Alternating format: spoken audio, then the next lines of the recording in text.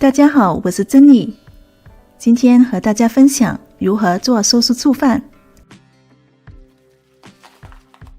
制作寿司一般用圆米，这是我平时爱用的牡丹圆米。泰国香米，口感香糯，体型纤细，适合煮饭吃，不适合用来做寿司。圆米，口感较软，体型圆嘟嘟，适合用来做寿司，但也可以用来煮饭吃。500毫升圆米，大概是3个杯的量。接着来洗米，第一步，快速冲洗，洗去杂物。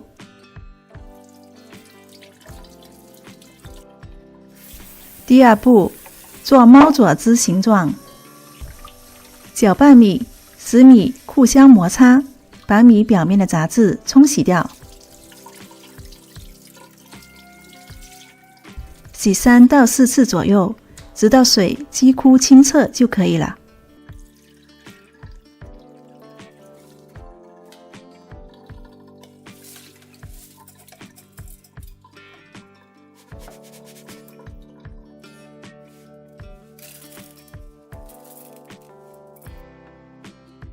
加进500毫升的清水，比例是1比1。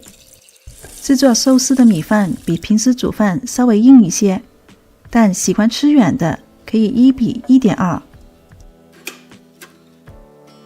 我们也可以用电炉来煮饭，选择火力最小的炉头，最好选用不粘锅。同样是500毫升的米，加进500毫升的清水。有些寿司店的做法是先泡米半小时之后再煮，今天就来试一试。时间到，开大火。当你看到煮开之后，改为小火，定时25分钟。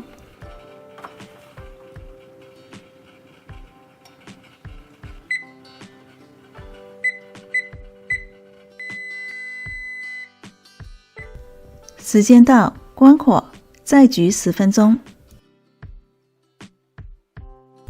我们可以看到煮出来的米饭粒粒分明，而且没有锅巴。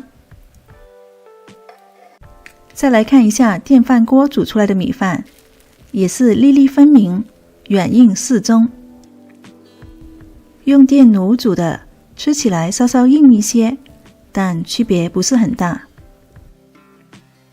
原则上，醋饭或非醋饭都可以制作寿司，但醋能使米饭保持柔软，维持新鲜、杀菌等作用，所以寿司店一般都加醋。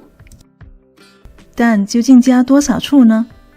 我们可以通过检测米饭的酸碱值，得知醋的比例是否合适。这是寿司店用的检测米饭酸碱值的试纸。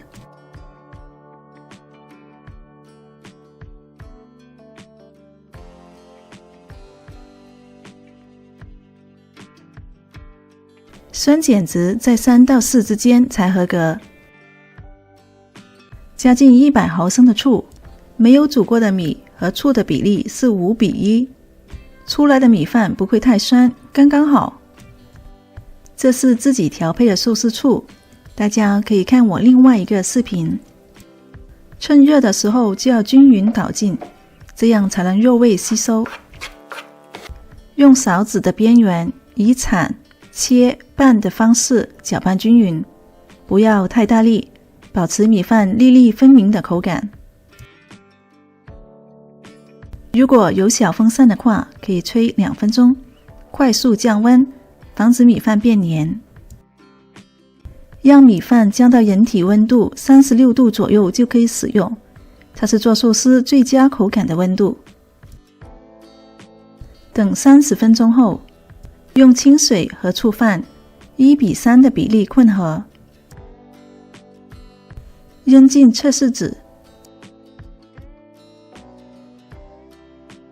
最后我们可以看到达到了4，酸碱值3到4之间都是安全的，如果是 4.5 以上，就必须要再加一点醋了。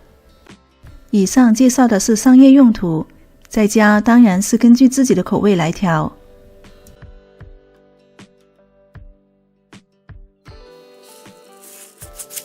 下一期我们用做好的米饭来做寿司。感谢您的收看，我们下期再见。